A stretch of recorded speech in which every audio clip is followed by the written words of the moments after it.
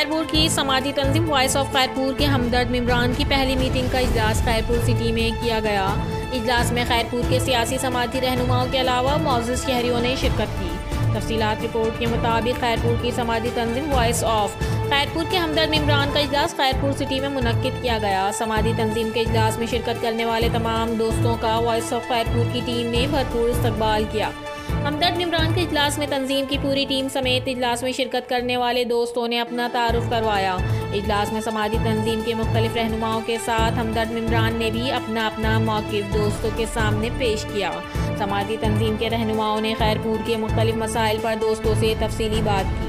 बाद में हमदर्द मेंबर साजी का आगाज़ किया गया। क्राइम रिपोर्टर अली गुल खोकर, CCN न्यूज़ खैरपुर।